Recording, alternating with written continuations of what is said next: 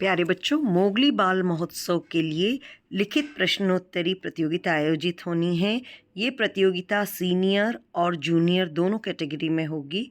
तो देखते हैं इसके लिखित प्रश्नोत्तरी से संबंधित प्रश्न।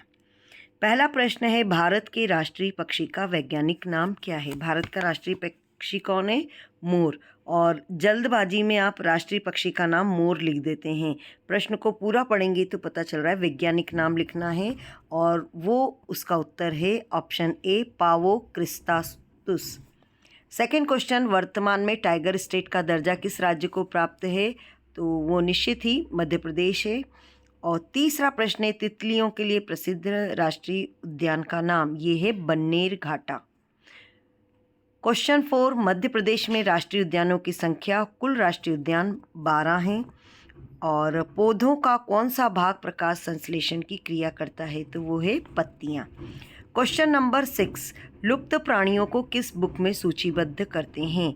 उनके लिए बनी होती है रेड डाटा बुक। तो जो भी हमारे प्राणी अब लुप्त प्राय हैं उनको रेड डाटा बुक में देखा जा सकता है। अगला प्रश्न है, 7वां विश्व ओजोन दिवस कब मनाया जाता है? ये 16 सितंबर को मनाया जाता है। क्वेश्चन नंबर 8, रतलाम जिला किस नदी के किनारे है? रतलाम जिला है चंबल नदी के किनारे। अगला प्रश्न है, विश्व पर्यावरण दिवस कब मनाया जाता है? इसका उत्तर 5 जून है।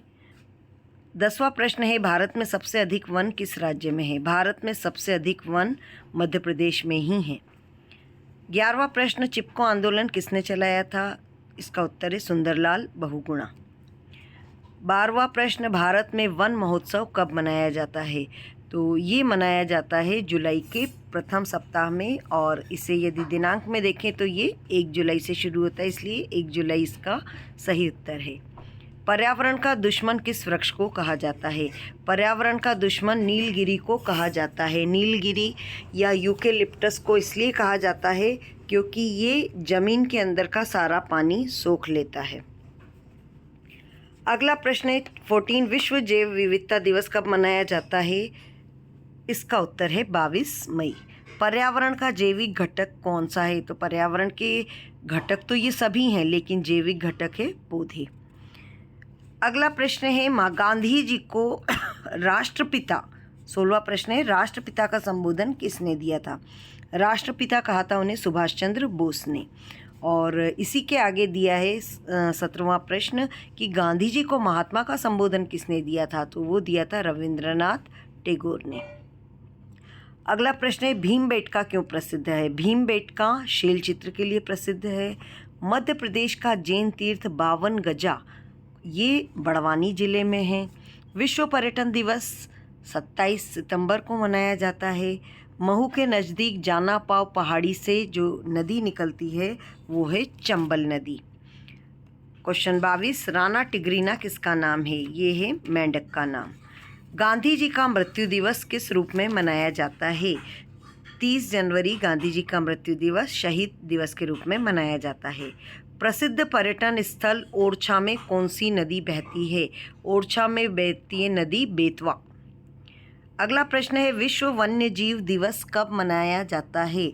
उत्तर है 3 मार्च। ध्वनि प्रदूषण मापने की इकाई डेसिबल। ताजमहल के पीले पड़ने का कारण एसिड रेन। भगोरिया किस जनजाति का त्यौहार है? भील। मध्य प्रदेश का प्रथम पर्यटन नगर किसे घोषित किया? शिवपुरी। माधव राष्ट्रीय उद्यान मध्य प्रदेश के किस जिले में है? शिवपुरी में। मध्य प्रदेश के किस महल में चांदी की रेल है? जय विलास पैलेस, ग्वालियर। प्रसिद्ध गायक किशोर कुमार का जन्म स्थान खंडवा। सांची का स्तूप किस जिले में है? रायसेन।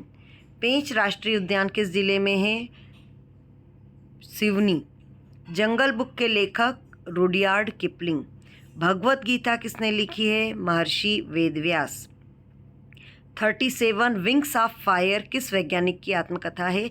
इसके सभी उत्तर गलत हैं और इसका सही उत्तर है APJ Abdul Kalam.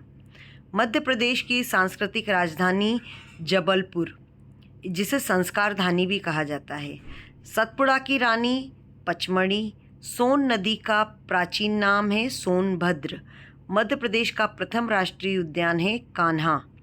Cactus garden कौन से ज़िले में है? रतलाम। और राई लोक नृत्य कहाँ का है? बुंदेलखंड का। प्राचीन विधानसभा भवन का नाम? Minto hall.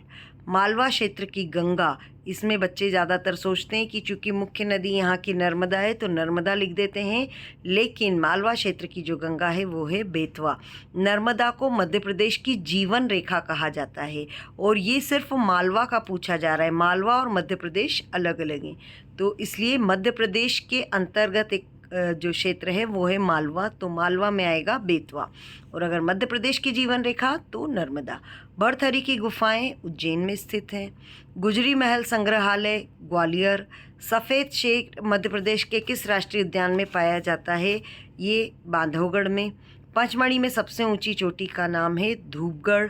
और गांधी सागर बांध मध्य प्रदेश के कौन से ज़िले में? ये है मंदसौर ज़िले में।